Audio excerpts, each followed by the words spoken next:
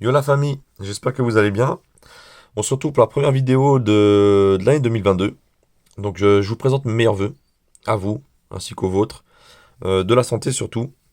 Et j'espère que vous réussirez, j'allais dire, à concrétiser tout ce que vous projetiez, que ce soit, j'allais dire, des projets de bonheur, mariage, bébé, que ce soit des projets professionnels, que ce soit des projets financiers. J'espère que ce sera de la réussite pour vous. Donc là, on se retrouve aujourd'hui pour une petite vidéo. Juste pour vous présenter, j'allais dire ma collection de cartes gradées. Et puis, je vous donnerai un peu mon avis sur les différents boîtiers que je possède, hein. Donc, je possède pas de boîtier de toutes les boîtes de gradation, parce que là, en plus, ça pousse comme des champignons. Je vais vous donner un peu mon avis. Et voilà. Donc après, on pourra en débattre, j'allais dire, dans les commentaires, avec plaisir. Donc c'est parti, là je vais vous présenter quelques cartes japonaises. Donc je vais aller rapidement, on n'est pas là pour faire le détail des cartes, c'est vraiment pour vous montrer les cartes, mes cartes PCA, enfin mes cartes gradées, pardon, plutôt. Donc ça c'est de la PCA. C'est du japonais, hein. Donc du Wizard.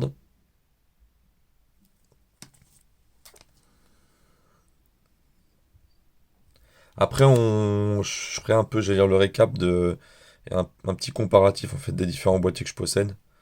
Et vous allez voir, hein, c'est pas forcément les plus connus qui sont les meilleurs. Donc le petit Dracolos V, magnifique cette carte. Un Givralivi, un Givralivi, un Givralivi alternate. Donc magnifique pareil. Donc j'essaie un peu de me trouver quelques alternates. C'est des cartes que j'avais pas accrochées au début, et puis là, j'ai changé radicalement d'avis, hein. Franchement, c'est de belles cartes, hein. Quand on le garde, rien à dire. Tac. Donc on continue.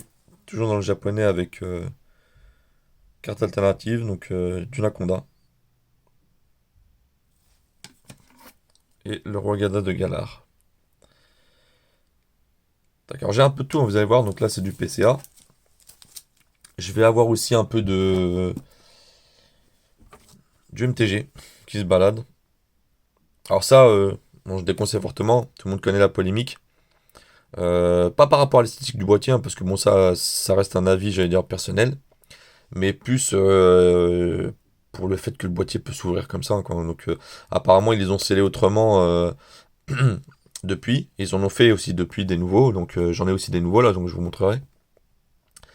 Mais comme on peut pas voir à l'œil nu la différence entre un scellé à l'ultrason et puis un scellé juste emboîté, vaut mieux éviter. Voilà, vaut mieux éviter. Tac. Donc je vais vous montrer aussi quelques AP grading.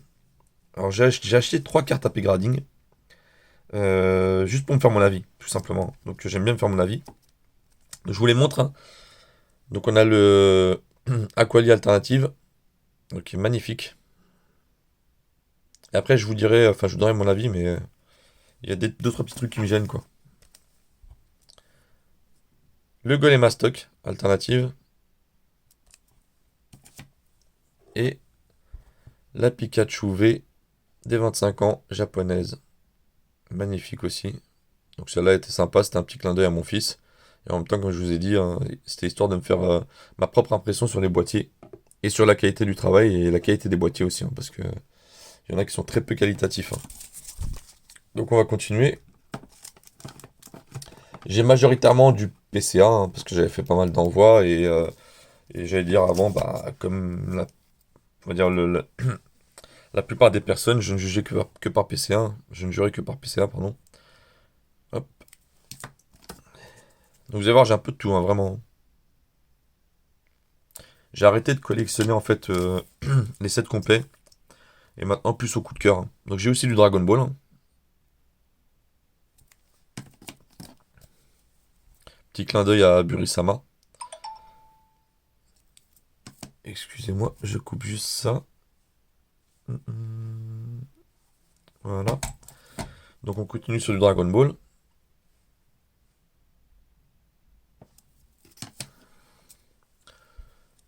Du Dracofeu Holo, japonais. Donc voltage éclatant, Amazing Voltacle. De la Full Art. Donc comme vous avez pu voir dans la dernière vidéo réception que j'ai faite, voilà, j'ai ce Pikachu là, qui est magnifique le Rainbow.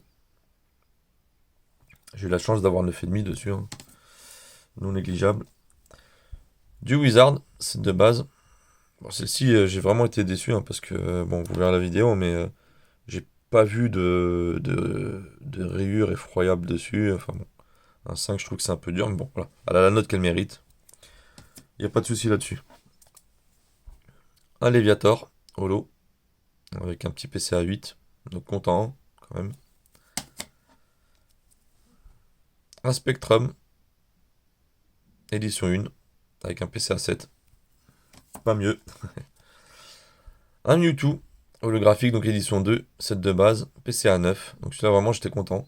Parce que c'est pas des cartes que, en fait, j'ai tiré moi-même, hein. C'est des cartes que j'avais échangées, en fait, à l'époque, contre des cartes Senseiya. Et que j'ai décidé de faire garder, donc j'ai choisi un peu les plus belles, quoi. Enfin, les plus belles, les plus propres. Et je les ai envoyées à la gradation. Donc après, bon, il y en a certains, pour certaines, j'ai été surpris, donc notamment celle-ci, hein, qui a eu un petit 6, alors que, bon, c'est vrai qu'il y a des petites micro-rayures, mais rien de catastrophique. Mais au moins, elles sont protégées, voilà. Un Capoeira. Hop, on va continuer encore. Alors, vous allez voir, hein, je les ai pas triés, donc ça va arriver dans n'importe quel sens. Tac. Je vais vous montrer du MTG récent. Voilà. Donc on va en reparler, hein. Le Rayquaza VMAX. Le Rayquaza V Full Art. Je trouve cette carte magnifique. Donc j'ai réussi à la trouver. Bon, après en MTG, je m'en fous un peu. C'est vraiment... voilà, j'ai la carte, elle est protégée, nickel. Puis je l'ai eu pour pas plus cher que la carte en loose, hein. Donc voilà. Alors, on se posera des questions, parce que regardez, elle a une F, hein, quand même. Mais bon, regardez le centrage, hein. Il est à chier quand même, hein. Bon, on en reparlera. Tac. On repart sur du PCA. Comme je vous dis, c'est majoritairement du PCA, hein, que j'ai. Le Dracofeu promo. Noix de coco. GX Full Art. Alors ça, c'est les ancêtres des alternatives. Donc ça avait déjà commencé à l'époque. Maintenant, ça se nomme alternative. Bon. Le Dracofeu XY Evolution Full Art. Tac. Le Méga Dracofeu X.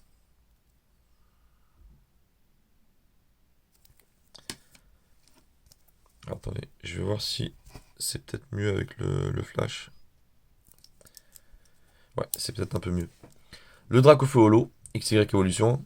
Donc réédition du Dracofeu 7 de base, 2016. Donc super. Voilà, on est un peu dans les Dracofeu, hein.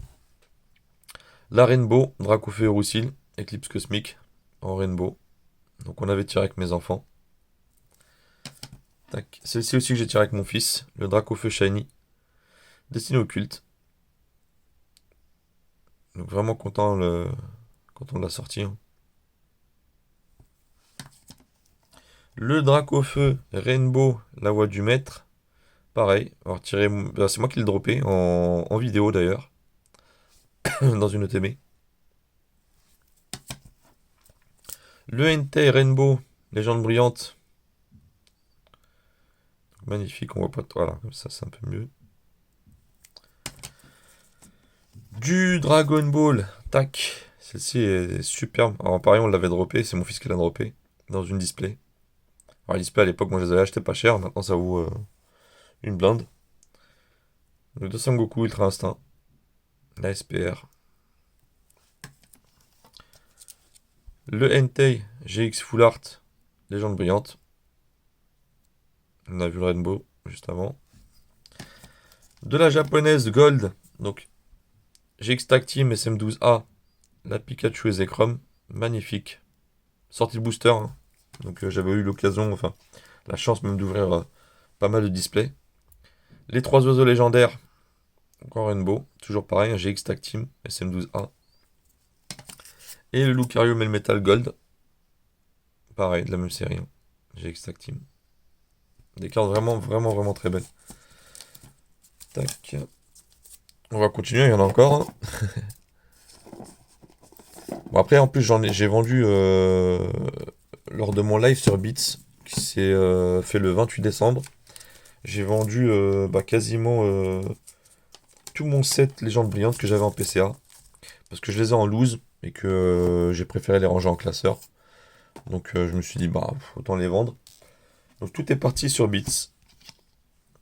Hop. Alors celle-ci, je l'avais eu, je crois que je l'avais payé 7 ou 8 euros, hein. Donc en PCA, un dresseur de XY Evolution. Le Noctali. Donc star de célébration. Ah, pareil, hein, enfin, la majeure partie, j'en ai envoyé en gradation, et puis il y en a pas mal que j'ai acheté, hein. Notamment celle-ci, hein. Hop là. Du MTG. Le Nafali. Shiny de Destinée Occulte. Carte magnifique. Vraiment très très belle.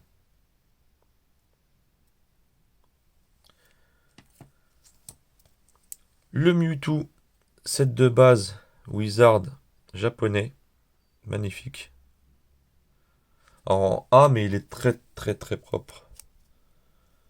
Donc il y a quelques points blancs, mais après la face c'est pareil, hein. Vraiment nickel. Belle de neige gold, donc de Clash des Rebelles. Pareil, celle-ci droppée avec mes enfants. Donc elle a eu le droit à la gradation.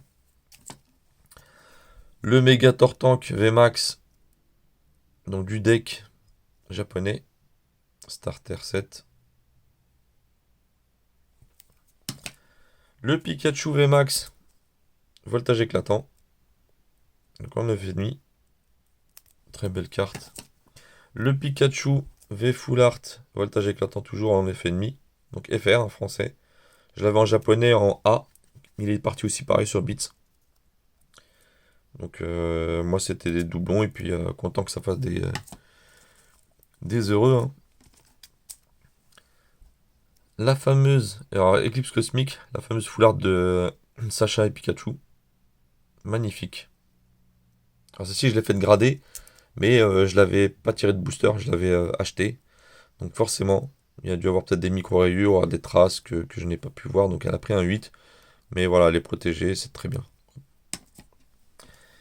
Des dresseurs, donc le boost tactique donc de SM12A, G-Extract Team, magnifique. Magnifique carte, vraiment. Alors si vous avez pu regarder mes vidéos et me suivre un petit peu, vous savez que j'aime bien les dresseurs full art. Cynthia full art de Destinée Occulte. En PCA 9,5. Magnifique. J'ai du dresseur full art japonais. Donc, Clara, full art japonais.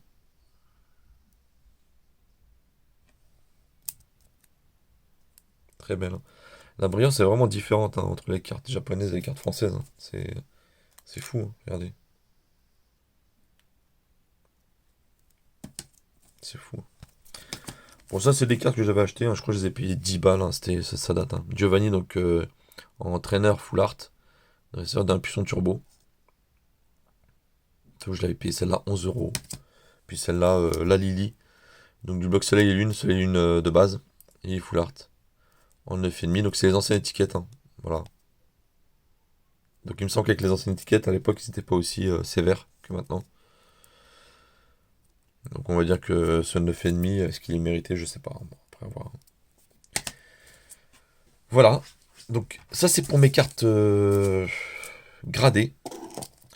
Après, quand j'ai pas la chance de pouvoir les envoyer, parce que bon, c'est un budget quand même, hein.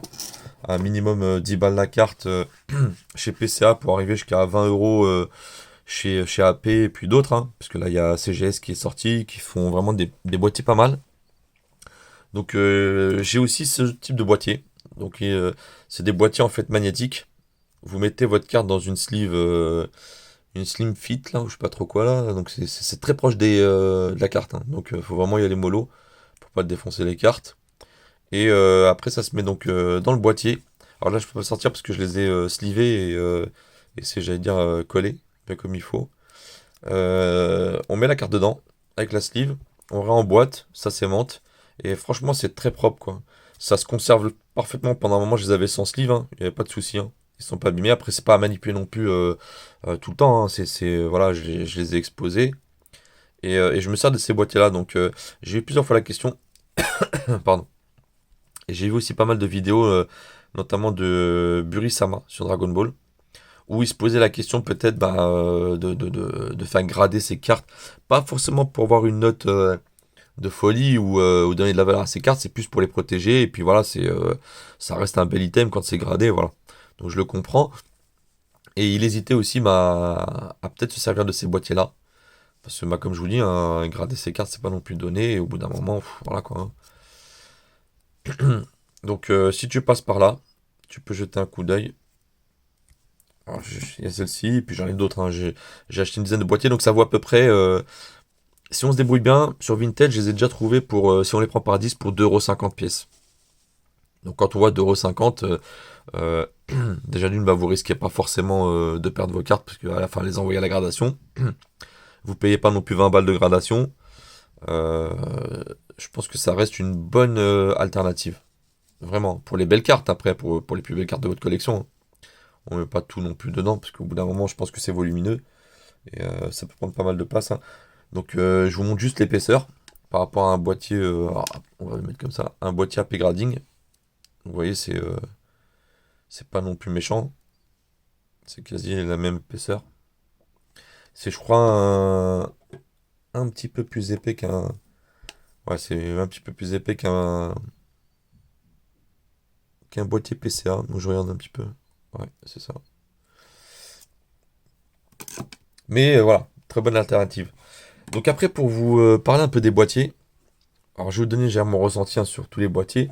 Donc j'ai pris 3 cartes AP grading pour voir un peu enfin, ce que ça donnait et les avoir entre les mains. Parce que c'est vrai que je connais mon PSA, etc. Mais j'ai jamais eu de boîtier PSA.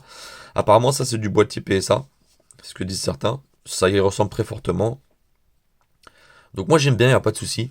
Franchement, même esthétiquement, c'est. Après le sérieux de la boîte, apparemment, est pas mal revendiqué sur les groupes Facebook et autres. Mais ils sont très stricts, hein, faut savoir ça. Il n'y a qu'un seul petit truc qui me gêne. Alors l'étiquette nickel, hein, pas de souci, il n'y a pas de fioriture. Il y a le petit, bah, c'est allemand, hein, donc c'est très carré. On a le petit logo, on a le détail des notes, la notation, donc centering, corner, edge et surface. Le petit QR code. À l'arrière, nickel, hein, franchement, le logo, avec le numéro de certification, enfin, etc., etc. La date de gradation, vous voyez, c'était gradé en décembre 2021. Un plus, alors déjà un plus, c'est qu'ils mettent une sleeve à l'intérieur. Donc faut savoir que quand on fait grader ces cartes, peu importe la boîte de gradation, j'ai essayé avec du MTG, j'ai essayé avec du PCA, la carte bouge à l'intérieur. Donc celle-ci pas trop, mais dès qu'on tape, ça bouge. Regardez, elle est descendue.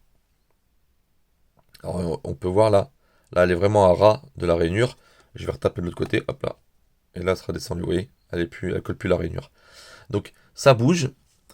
Je trouve ça très bien d'avoir mis une sleeve, parce que je pense que on a pu en discuter tout à l'heure aussi sur Beats, hein, sur un live avec des gens de la communauté Beats. Et c'est vrai, hein, je suis d'accord avec eux.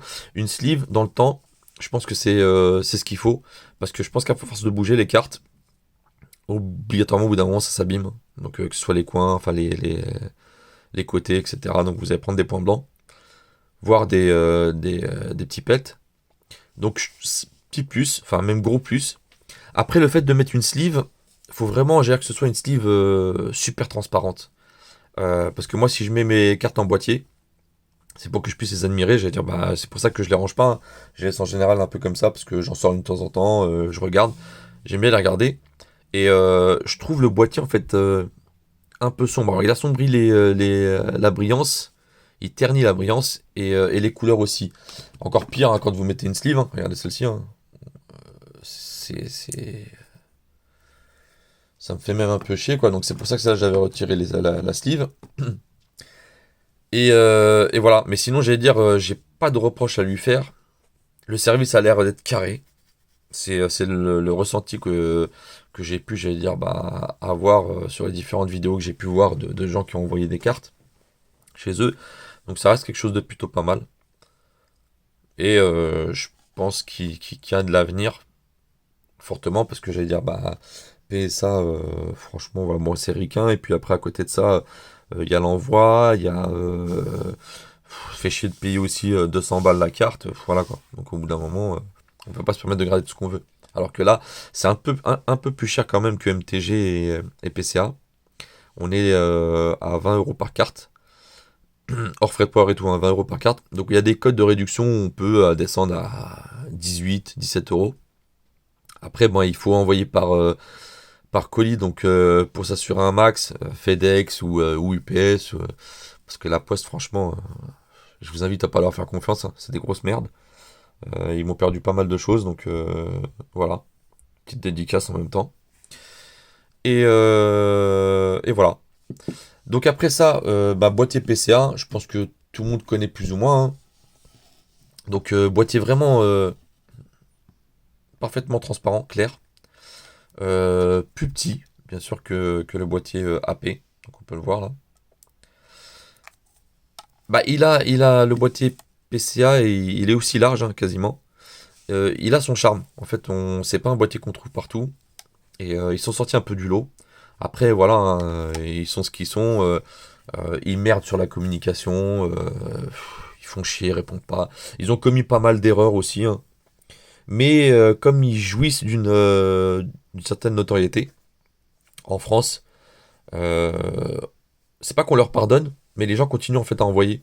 Donc tout simplement, hein, ils ont perdu plein de colis quand ils ont déménagé. C'est peut-être pas de leur fait, mais ils ont fait peut-être un truc de remboursement. Par exemple, apparemment, il y a plein de problématiques. Les gens se sont fait chier pour se rembourser, etc. Bon, bref, ça les regarde. Derrière ça, ils ont merdé sur plein d'autres choses, plein d'autres aspects. Et les gens continuent à leur envoyer, et à faire confiance. Et les cartes continuent à coter toujours autant une fois qu'elles sont sous PCA. Donc ça, je trouve ça. Alors ça a peut-être changé, hein, parce que là, je vous dis, hein, il y a plein de sociétés de gradation qui sont apparues, qui existantes, qui sont apparues, et d'autres qui viennent de naître. Et je pense que la concurrence bah, devient féroce là-dessus, hein. Et ça, il y a un moment donné, ils vont se prendre une tarte, hein. D'ailleurs, ça a déjà commencé, je pense. Pour 2022, ils ont envoyé une petite notification, enfin un petit mail, en disant on va faire un effort, machin, communication, etc., etc. Ben, j'attends de voir. Voilà, j'attends de voir. Mais en attendant, bon, c'est de beaux boîtiers, hein. J'ai du MTG, donc ancien, donc vous savez ce que j'en pense, hein. Pas de la boîte MTG, hein, parce que je veux pas non plus cracher sur les gens comme ça gratuitement, même s'ils ont fait de la merde. Ce boîtier-là, c'est de la grosse merde. Donc il s'ouvre tout seul. Voilà, c'est pas digne d'une boîte de gradation, c'est pas digne d'un collectionneur. Faut pas prendre ça, parce que quitte à prendre ça, franchement, autant prendre ça. Parce que déjà, ils sont très décriés sur leur note, leur grille, enfin leur grille de notification. Autant prendre ça, quoi, hein. Franchement, et ça vaut 2,50€ comme je vous ai dit. Donc l'étiquette, pareil, hein, elle gondole. Voilà, je pense que c'est de la piètre qualité. Ça, l'aplat, en fait, il doit y avoir trop d'aplat, donc ça absorbe pas. Et puis, bah voilà. Donc voilà. À l'époque, j'avais acheté ça juste pour, bah, pareil, hein, j'avais fait une petite vidéo pour comparer et c'était pour me rendre compte, avoir ça entre les mains. Et j'en ai eu pour mon argent d'Adobe. Les nouveaux boîtiers MTG. Alors là, il y a des choses à dire. Il y a du plus. Il y a du moins. Je vais commencer par le moins. C'est un boîtier ben, que j'aime bien. En fait, il est carré, mais le coup du logo, ça me dérange pas trop. Mais cette étiquette-là, putain, je sais pas, comprenez à un moment donné. Franchement, ils ont une communication nickel. Il n'y a pas de souci. Super sympa. J'ai parlé aussi avec le représentant d'MTG. Franchement, bon voilà, c'est une boîte, j'allais dire, bah, qui veut bien faire peut-être. C'est même certain. Mais là, l'étiquette, ils ont fait un effort. Elle ne gondole plus. Je sais pas si vous voyez. Donc là, il n'y a pas de souci. Mais regardez la qualité de l'étiquette. Déjà là, ils ont choisi donc un aplat gris argenté. Mais forcément, bah, ça prend des coups, ça prend des pètes. Et là, regardez même, enfin, ça veut dire qu'avant, enfin, est-ce que c'est l'impression ou est-ce que avant, c'est avant de la mettre sous boîtier? Regardez les balafres qu'il y a, quoi. Tout ça, c'est sur l'étiquette, hein. Ça fait un peu de travail bâclé, regardez. J'ai mis des petits pets un peu partout, ça fait chier, quoi. L'arrière, bon, j'aime bien, ça me gêne pas, le petit QR code, le petit logo MTG. On a un petit logo ici MTG, enfin, une petite écriture, une gravure plutôt MTG Grade. L'étiquette, regardez, enfin, il y a un truc qui me gêne. Regardez AP Grading. Alors, où est-ce qu'elle est la carte de Mewtwo? Elle est ici. Tac, pardon, de Mewtwo, de Pikachu. Vous voyez l'étiquette? Vous voyez les marges ici? C'est plutôt bien géré. Regardez maintenant MTG. Putain. On a l'impression que la carte, enfin pardon, l'étiquette, bah, elle flotte. Elle flotte. Je trouve qu'elle est soit trop petite, la police est complètement illisible, parce qu'en plus, vous savez, avec ça fait limite, on a l'impression que des fois ça imprime mal. Parce que je pense que c'est la PAC qui doit être gênant. C'est des trucs qui peuvent s'améliorer, hein, donc voilà. Pour les puces, parce qu'on va s'arrêter au moins là, pour les puces, faut pas non plus leur jeter la PAC complètement. Je trouve que le boîtier est plutôt réussi dans la forme. Il est hyper clair, hyper transparent. Et ça, bah, je trouve ça très bien. Mortel. Par rapport à AP. Euh, plus la Steve, hein, il y a la Steve aussi qui joue. Là, ah si, hein, pardon, excusez-moi. Un gros point négatif aussi, c'est que la carte bouge beaucoup dedans. Mais vraiment beaucoup. C'est-à-dire que AP, là, j'ai dû tapoter tout à l'heure. Bah, celle-là, je fais juste ça, pof, elle bouge. Voilà. Elle descend. Hop, elle redescend. Donc, elle bouge systématiquement. Dès qu'on la bouge. De toute façon, on l'entend. Voilà. Dès qu'on bouge un peu le boîtier, ça bouge. La carte bouge. Il suffit juste de le retourner. Donc je trouve ça un peu chiant quoi, parce que elle tapote à chaque fois contre les rainures là, contre les cales, et ça doit certainement abîmer la carte. Sinon pour le boîtier, bah, très transparent, donc nickel, c'est vraiment moi ce que je recherche. Fermé à ultrasons. J'ai vu la vidéo donc d'un youtubeur, j'essaierai de vous mettre le lien en commentaire, où bah, il s'amuse à péter un boîtier MTG. Donc il a reçu une commande MTG, il essaie de péter un boîtier, donc bon point, il est obligé de défoncer le boîtier pour pouvoir l'ouvrir. Donc quand j'ai défoncé, c'est défoncé. Donc c'est très bien. Pareil, je crois qu'il a testé le waterproof, donc pas de souci là-dessus. Ils sont étanches. Donc je pense qu'ils ont fait quand même un effort. Il est qualitatif aussi, hein. À l'époque, sur les anciens boîtiers, je sais pas si celui-là va le faire, mais en fait on entendait cracouiller dès que... Vous voyez, regardez. En fait le truc, regardez, il se tord comme de la merde. Alors que celui-ci, on a plutôt l'impression qu'il est plus cristal, enfin en gros, il donne même l'impression d'être un peu plus fragile peut-être. Et au fait, pas du tout. Il ne plie pas. Et on n'entend rien. Il y a pas de grincement, il n'y a pas de couinement. Donc je trouve que là-dessus, quand même, faut pas leur jeter la pierre. C'est que ça reste qualitatif quand même, comme matériau. Donc voilà. Vous voyez un peu ce que j'en pense. J'ai pu vous présenter ma collection de gradés, donc ça m'a fait plaisir. Faites-vous votre idée. Il y a encore, je pense que je referai d'autres vidéos hein, où je testerai d'autres boîtes de gradation, d'autres boîtiers. Notamment, il y a, comme je vous dis, il y a CGS qui me fait un peu de l'œil. Leurs boîtiers sont plutôt pas mal.